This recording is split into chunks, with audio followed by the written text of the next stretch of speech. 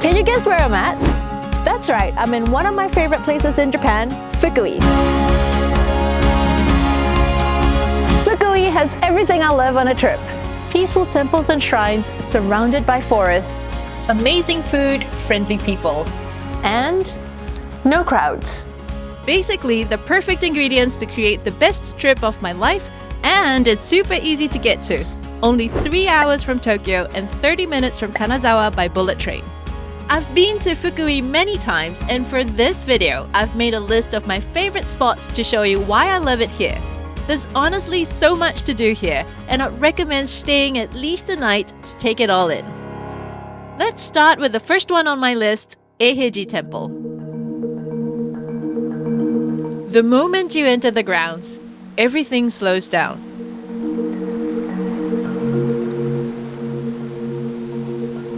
It's only a 30-minute bus ride from Fukui Station, but it feels completely hidden from the rest of the world. Eiheiji is an active monastery, and when you visit, it's important to keep the peace. Now, some buildings can be walked through, but others you just view quietly from the outside. Besides its simple beauty, what really is surprising is just how big this place is. There are about 70 buildings, and the 7 main ones are connected by long covered walkways. It's a whole self-contained world where monks have been training for centuries. This makes sense because Eiheiji is one of 2 head temples of Soto Zen, Japan's largest branch of Zen Buddhism. Here's something I learned. The 7 main buildings here are laid out in a way that represents the human body. The building right on top represents the head, then there's the heart, 2 upper arms, knees, and this sunmon I'm standing under represents our hips and hands in the meditation position. All these details really make me wonder what the Zen practice here is actually like. And fun fact, Steve Jobs once wanted to train as a monk here. That makes me even more curious to try it myself. There are a few meditation sessions here a day, and you can book a spot at the main entrance when you arrive. My session's about to start, and I'll see you later.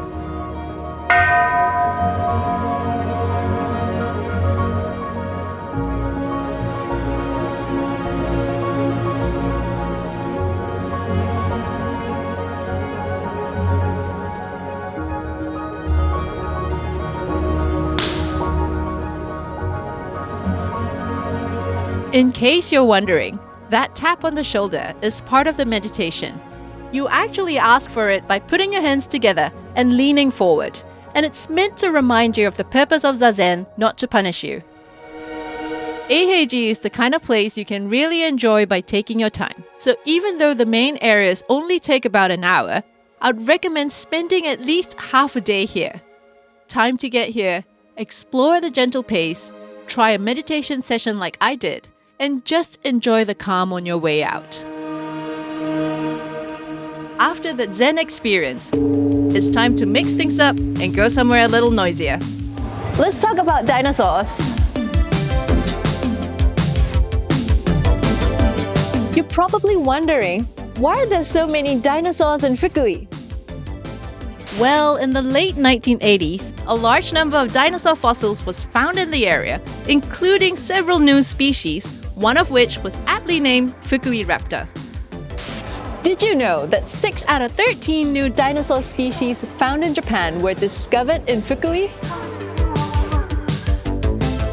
To top it off, Fukui doesn't just use dinosaurs as mascots, they've also built one of the best dinosaur museums in the world. The Fukui Prefectural Dinosaur Museum has a massive collection of dinosaur fossils on display. Look at all these dinosaurs. Lifelike animatronics, and even contains a fossil preparation lab. How excited are you, Raina? On a scale of 10, 20. Look at the Fukui Titan's leg, it's as tall as me.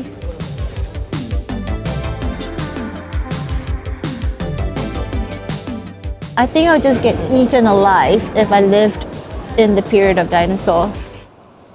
I'm not a good survivor. Anyway, this place is huge! And with about an hour and a half of travel time to get here by bus and train, You'd want to set aside at least half a day to visit this dinosaur paradise. Definitely worth it. This next spot really highlights how quickly the vibes can change in Fukui. One moment you're surrounded by dinosaurs, and the next you're walking through a shrine in a forest that feels frozen in time. Mornings here feel quite special. The path is lined with tall cedar trees, the ground covered in moss, and no one else around. I'm actually whispering right now because it's that quiet.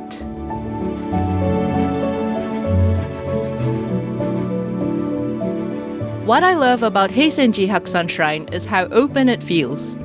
The buildings are scattered through the forest and everything is wrapped in this soft silence that makes time feel slower. A long time ago, Heisenji Hakusan Shrine was actually a massive temple complex with thousands of monks living and training here. But in the late 1500s, it was destroyed during a local power struggle. For centuries, the southern part of the old temple grounds lay buried beneath layers of earth and moss, while the northern area developed into the forest area we can see now.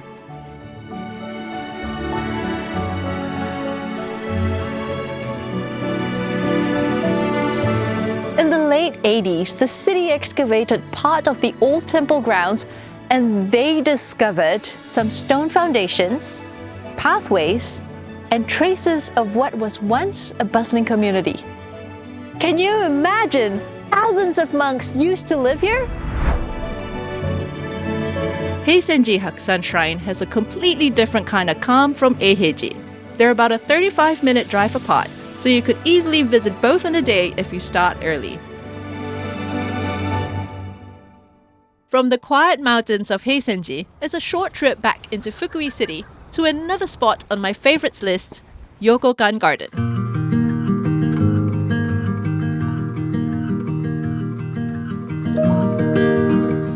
I learned recently that Yokokan Garden is a popular place to take wedding pictures, especially in the autumn, and I can definitely see why.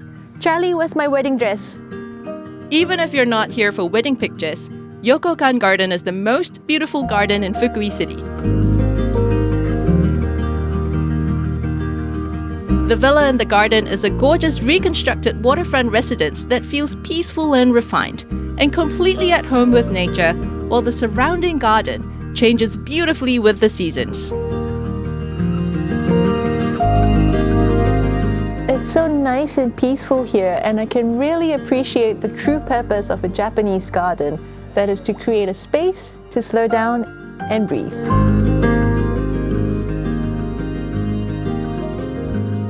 To get to Yokokan Garden, I like walking through the Fukui Castle ruins. It used to be the seat of the feudal lords, and now it's where the prefectural government and police headquarters are. I guess Fukui's leaders never really left the castle. The walk through the castle takes about 15 minutes from the station. These are old cherry trees, and can you imagine how it looked like in spring? Alright, it's time. Time to talk about my favorite topic, food. Good food always puts me in a good mood, and Fukui doesn't disappoint. I'm so happy right now. Edges in crab, edges in soba, mackerel, mochi, mizuyokan, sake, craft beer. Honestly, you'll never go hungry here. I always end up eating my weight in Fukui. On my last trip, my friend from Fukui recommended I try the sauce katsudon at one of the city's most popular restaurants. Not gonna lie, one of my favorite food colors is brown, and look at this. I can't wait to dig in. This is sauce katsudon, pork cutlet dipped in a sweet and savory soy and mirin sauce. It's what people call BQ gurume. Simple, affordable comfort food that locals love.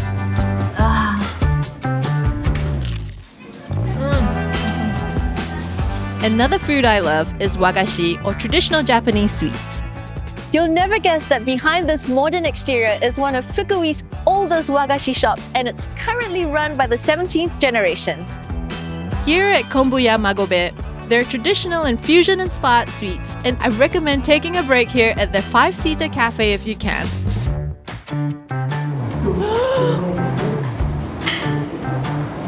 Wow, the balance is just perfect. top 3 dorayaki in my life. Okay, but excuse me while I wind down and savor the last of my trip. I hope you enjoyed our Fukui pics, and I know this won't be my last time here, and maybe we'll get to see each other here one day. If you need more Fukui travel ideas, make sure to check out my other videos here. Happy travels!